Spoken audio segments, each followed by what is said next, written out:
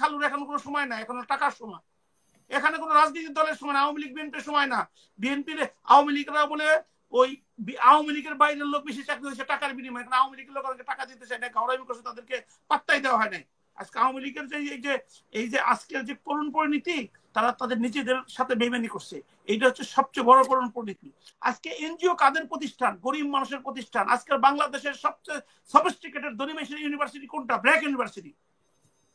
আমার এবং হাসনাত সাহেবের ছেলে মেয়ে ওখানে পড়তে পারবে না, আমাদের সে ক্যাপাসিটি নাই। এত সেখানে বেতন, কিন্তু ওটা কিন্তু গরিব মানুষের প্রতিষ্ঠান। গরিব মানুষের টাকা সুষে কিন্তু বড় হয়েছে। টিউশনি ছাড়া তাদের চলতে কষ্ট হইতো, বাপ মা তাদেরকে টাকা পয়সা দিতে পারতো না। সেই আসিফ সাহেব কি বলতো, আমাদের অস্ত্রের ট্রেনিং ছিল, আমরা ভিডিও বার্তা রেডি করে রেখেছিলাম, আমরা কার বিরুদ্ধে প্রশ্ন নেবেন। আমি ব্যারিস্টার আশরাফ আওয়ামী লীগ করতাম, ঠিক আছে, আমি তো এই দেশের নাগরিক, আমাকে মেরে ফেললে আমার সন্তানকে কে দেখাশোনা করবে? কোন রাজনৈতিক দল আজ পর্যন্ত বলে নাই। বিএনপি মার খাইতে খাইতে একটা পর্যায়ে চলে গেছে, তাদের নেত্রীকে অন্যায় ভাবে জেলে রাখা হয়েছে মাত্র 2 কোটি টাকার একটা ট্রাস্টের কথা বলে। কি তারা তো কোনদিন বলে নাই আমরা অস্ত্র হাতে নিব? আমরা এই ওনারা যেমন একটা সংগ্রাম করছে দীর্ঘ 12 বছর এই জনগণের জন্য, যে সংবিধানের সংস্কার দরকার, কিন্তু সংবিধান কিন্তু ওনারা বলে নাই যে সংবিধান আমরা ছুঁড়ে ফেলে দিব, কবরে ফেলে দিব। সংবিধান একটা অপবিত্র জিনিস, কারণ সংবিধান হচ্ছে বাঙালির প্রথম পবিত্র গ্রন্থ, যারা 30 লক্ষ শহীদ রক্তের বিনিময়ে একটা স্বাধীনতা বাংলায় প্রথম একটা আইন পেয়েছে। সেটা সারা জীবনের সংস্কার হবে, প্রতিদিন চেঞ্জ হচ্ছে। যখন 1972 সালে ইন্টারনেট ছিল না, 1972 সালে অনেক টেকনোলজি, তখন ছিল রেডিও, ফিলিপস রেডিও। আমার 72-এ জন্ম হয়নি, কিন্তু পরবর্তীতে যখন আমি 81, 84, 86-তে আমাদের মুরব্বীদের কাছে দেখছি, তাদের বাহন ছিল রেডিও, থেকে তারা খবর শুনতেন। বিবিসি ছিল তাদের সবচেয়ে নির্ভরযোগ্য, 7:30 সবাই বসে একসাথে। টেলিভিশন আমার দেখা হয়েছে আই থিঙ্ক ইট ইজ 86 এক রিলেটিভের বাসায়, 90-তে হয়তো অ্যাভেলেবেল হয়েছে। সমাজের সাথে অনেক কিছু চেঞ্জ হয়, সেখানে সংবিধান চেঞ্জ হবে। আমি এই দৃষ্টিভঙ্গিতে কেন কথা বলছি, হাসান সাহেবকে নিয়ে আসছেন, ওনাকে অনেকে টেলিভিশনে দেখেছেন। ওনাকে কি এমনি কিন্তু টেলিভিশনে দেখেন নাই, কারণ ওনার আন্দোলনের একটা ফসল, যে সংবাদের মানুষের যে ফান্ডামেন্টাল অনেকদিন থেকে আন্দোলন করে যাচ্ছে মাঠে, কোনো আন্দোলন করছে এবং সারা জীবন করবেন, কারণ এটা একটা কন্টিনিউয়াস প্রসেস। এই সংবিধান সংস্কার মানুষের চাহিদার সাথে এটা সংস্কার হবে। এখন শেখ হাসিনা ফ্যাসিস্ট কেন হলো, সেটা যদি শেখ হাসিনার বিচার চান, আপনাকে চুরচারা বিশ্লেষণ করতে হবে। শেখ হাসিনা কিন্তু প্রথমে গণতন্ত্রের মাধ্যমে, ভোটের মাধ্যমে আসছিল। আসার পরে সে কি করলো, তাকে কারা ফ্যাসিস্ট বানালো? জনগণ কিন্তু, বাংলাদেশের জনগণ কিন্তু তাকে বানায়নি, ইভেন সংবিধানও তাকে বানায়নি। তাকে বানাইছে ওই আমলারা, যাদেরকে এই সরকার এসে প্রমোট করতেছে, বিভিন্ন বেনিফিট দিচ্ছে। শেখ হাসিনা অহরহ তাদেরকে দিয়ে দিচ্ছিল। তাদেরকে প্রমোট করেছে কে? ইজতেমা কেন এত প্রভাবশালী ছিল? একজন রিটায়ার্ড লোক, কারণ হচ্ছে সে ওনাদেরকে কন্ট্রোল করতো। ওই যে ডিসি, এসপি, ওনারা ইলেকশন মেকানিজম করে যে করে পাশ করে দিত। দুর্বলতা ওখানে, ওইখানে উত্তরপাড়ি ক্যান্টনমেন্ট, ওইখানে তাদের প্রভাবশালী লোক না থাকলে সরকার থাকতে পারবে না, যদি এদেরকে আপনি স্টেক হোল্ডার বলেন। কিন্তু জনগণ হচ্ছে এই দেশের মূল মালিক। আপনি যাই কিছু করেন না কেন, জনগণের সন্তুষ্ট চিত্তে করতে হবে। আমাদের সাবেক এমপি আসছিলেন যে হ্যাঁ ম্যাডাম খালেদা জিয়াকে অত্যাচার হলো, জনাব তারেক রহমানকে অত্যাচার করা হলো, এখন কি হবে? রাজনীতির হিসাব হচ্ছে আপনি যত বেশি অত্যাচারিত হবেন, তত বেশি আপনার জনগণের ভালোবাসা অর্জন করতে পারবেন, যদি আপনি সঠিক লাইনে থাকেন। এই যে জনগণের ভালোবাসাটা পেলেন, আপনি যদি মারাও যান, ওইটাই আপনার অর্জন। কারণ আপনার ওই সিম্পিতি হবে শক্তি, আপনার শক্তি একসময় জনগণের মঙ্গল নিয়ে আসবে। অর্থাৎ যে যত বেশি অত্যাচারিত করবে, সে জনগণ থেকে আউট হয়ে যাবে, কারণ বিচারের ক্ষমতা থাকবে জনগণের কাছে, জনগণের বিশ্বাসের কাছে। আমি সবচেয়ে বেশি অবাক হই, এই এনসিপি যে পার্টিটা, এটাকে অনেকেই বলে ন্যাশনাল চিটার পার্টি।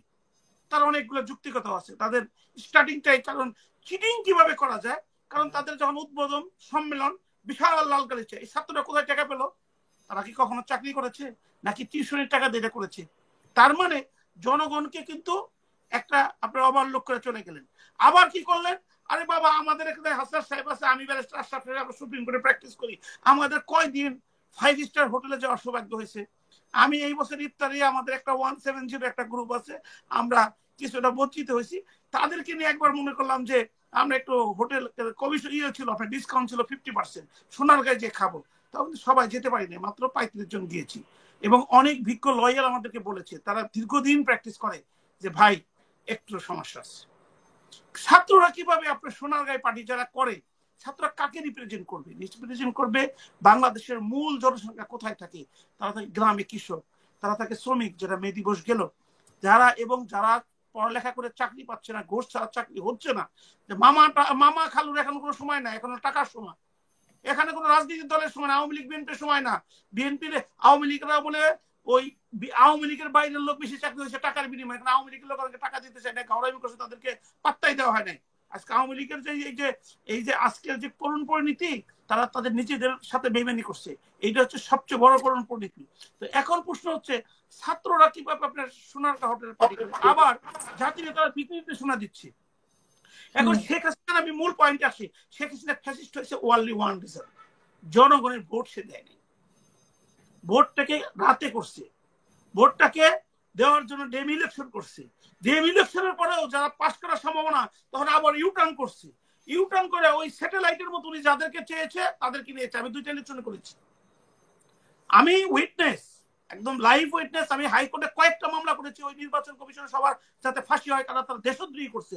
এই যে 7 খ এবং কর কথা বলছেন, এইটা কিন্তু অনেকে বাতিলের কথা বলছেন। আমি মনে করি দেশের আশীর্বাদ, কারণ এই যে যাদের নাম বললাম, এই যে আমলারা, এই যে সেনাবাহিনীর কর্মকর্তারা, এরা ম্যানিপুলেট করে জনগণের বিশ্বাস আস্থাকে নষ্ট করে তারা একটা সরকারকে বসায়।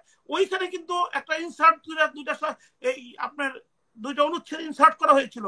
এইটাই যদি সঠিকভাবে ব্যবহার করা হতো, যখনই জনগণের বিশ্বাস আস্থার সাথে কেউ প্রতারণা করার চেষ্টা করতো, তাদেরকে ফাঁসি দেওয়া হতো দেশদ্রোহী মামলা। সেইটা কিন্তু আউট করা হলো। আলটিমেটলি জনগণের সবচেয়ে বড় পদ এখন ফ্যাসিস্ট থেকে আসুক আর ব্রিটিশ থেকে আসুক, যেটা জনগণের সুফল আসবে সেটা আমাদেরকে বরণ করতে হবে। এখন এই যে এনসিপি এবং ইউনূস সাহেব, কনফ্লিক্ট অফ ইন্টারেস্ট, এটা আপনি সবচেয়ে ভালো বুঝেন, ইংল্যান্ডে সবচেয়ে বেশি ব্যবহৃত, বাংলাদেশে অনেকে বুঝবে না। নিয়মটা হচ্ছে যে আমি যখন একটা জিনিস, আমাকে কেউ একটা জিনিস বন্টন করতে দিল, আমি আমার ভাগটা সবচেয়ে বেশি নিয়ে নিলাম ইলিগালি, এটা আমি বাংলায় যদি বোঝাই কনফ্লিক্ট অফ ইন্টারেস্ট। ইউনূস সাহেব কি আমাদের হাসনাত কায়েম সাহেবের মতো কোনদিন জনগণের জন্য আন্দোলন করছেন? একটা প্রশ্ন আপনারা দিতে পারবেন যে জনগণের কথা বলছেন। এবং সবচেয়ে বড় কথা যে ওনারা সংস্কার নিয়ে এতদিন ধরে কাজ করছে, ওনারা সংস্কার আমি প্রশ্ন করতে চাই আপনার মাধ্যমে সমস্ত জাতির কাছে, যে কোনদিন কি সে বলেছে যে জনগণের জিনিসের দ্রব্যমূল্য বাড়ছে, এটা কমানো উচিত? সে তো ইকোনমিস্ট, জনগণের দিতে পারছে না। এখানে সিন্ডিকেটের মাধ্যমে মানুষ অভাবগ্রস্ত হচ্ছে, এখানে ছেলেরা লেখাপড়া করছে, তারা চাকরি পাচ্ছে না, এখানে যারা গ্রামের কৃষক শ্রমিক কিন্তু সবচেয়ে বেশি ভালো জানে যে বাংলাদেশের রিপ্রেসিত লোকের কথা। তো উনি কি একবার কি বলেছে যে তাদের জন্য হসপিটাল নির্মাণ করা উচিত, অথবা ওনার প্রতিষ্ঠান থেকে ওই ইউনুস সেন্টার থেকে কি 2টা কি আপনার হসপিটাল কোথায় করেছে? আজকে যে ইউনিভার্সিটি উনি গ্রামীণ করলেন, উনি আসার আগে উনি কি গ্রামীণের যেমন ব্র্যাক, প্রত্যেকটা ব্র্যাক সেন্টারে গ্রামের পথ শিশুদের জন্য যারা লেখাপড়া করতে না পারে, যারা তাদের মেম্বার, তাদের জন্য তারা যে কোনো ভাবেই হোক না কেন স্কুলের ব্যবস্থা করেছে। আজকে এনজিও কাদের প্রতিষ্ঠান? গরিব মানুষের প্রতিষ্ঠান। আজকের বাংলাদেশের সবচেয়ে সফিস্টিকেটেড ধনী মানুষের ইউনিভার্সিটি কোনটা? ব্র্যাক ইউনিভার্সিটি। আমার এবং হাসনাত সাহেবের ছেলে মেয়ে ওখানে পড়তে পারবে না, আমাদের সে ক্যাপাসিটি নাই, এত সেখানে বেতন, কিন্তু ওটা কিন্তু গরিব মানুষের প্রতিষ্ঠান, গরিব মানুষের টাকা শুষে কিন্তু বড় হয়েছে। তো এই যে ইউনূস সাহেব এটা করলেন, আরো অনেকগুলা প্রতিষ্ঠান, এই যে স্পার্কলিং যেটা আসছে, আমি ওয়েলকাম জানাই, যে কোনো টেকনোলজিকে আমি ওয়েলকাম জানাই, কিন্তু প্রশ্ন হচ্ছে আপনি আসার সাথে সাথে ওরা কেন আসলেন? তার আগে কেন ওনাদের প্রস্তাবনা আসলেন না? আবার এই যে ব্যবসা বাণিজ্য বিভিন্ন কিছু, এবং ইউনূস সাহেবকে আমি স্মরণ করে দিতে চাই যে আপনি জনগণের যে বন্ধু হবেন, আপনি এই টেলিফোন আমাদেরকে শিখাইছেন গ্রামীণ ফোন, কিন্তু গ্রামীণ ফোনের ইনকামিং কল ছিল ইনকামিং মানে আসাদা, পৃথিবীর কোথায় কোনো ইতিহাসে নাই। উনি সারা পৃথিবী সবচেয়ে বেশি ভ্রমণ করে শান্তিতে 7 টাকা দিতে হতো ইনকামিং কলের জন্য। ইন্টারনেট ফরগেট ইট, আপনার সাথে যেটা কথা বলতেছি এটা তো কল্পনাই ছিল না, ইন্টারনেটের মাধ্যমে মানুষের সাথে কথা বলবো। ইনকামিং এর জন্য হইতো, আউটগোয়িং এর জন্য 12 টাকা। সেটা এগুলো বলে আপনি মানে কি বুঝাতে চাচ্ছেন যে ইউনূস, যখন আমি নাসিম সাহেব বলি টেলিকমিউনিকেশন মিনিস্টার ছিল, একটা ওয়ার্ডারে ওটা পয়সা 65 পয়সা নিয়ে আসলো ইনকামিং ফ্রি। জনগণ এই পার্থক্যটা করবে না। What is the difference between democracy, what is the difference between non election. এখন উনার দায়িত্ব ছিল যে বাংলাদেশের এই বিএনপি দীর্ঘ 16 বছর এবং জামাত বিভিন্ন সংগঠন, তারা যে এত অত্যাচারিত হয়েছে, তারা জনগণের অধিকারটাকে ফেরানোর জন্য তারা ইউনূস সাহেবের অধিকার ফেরানোর জন্য না, তারা রিয়াজ সাহেবের অধিকার ফেরানোর জন্য না।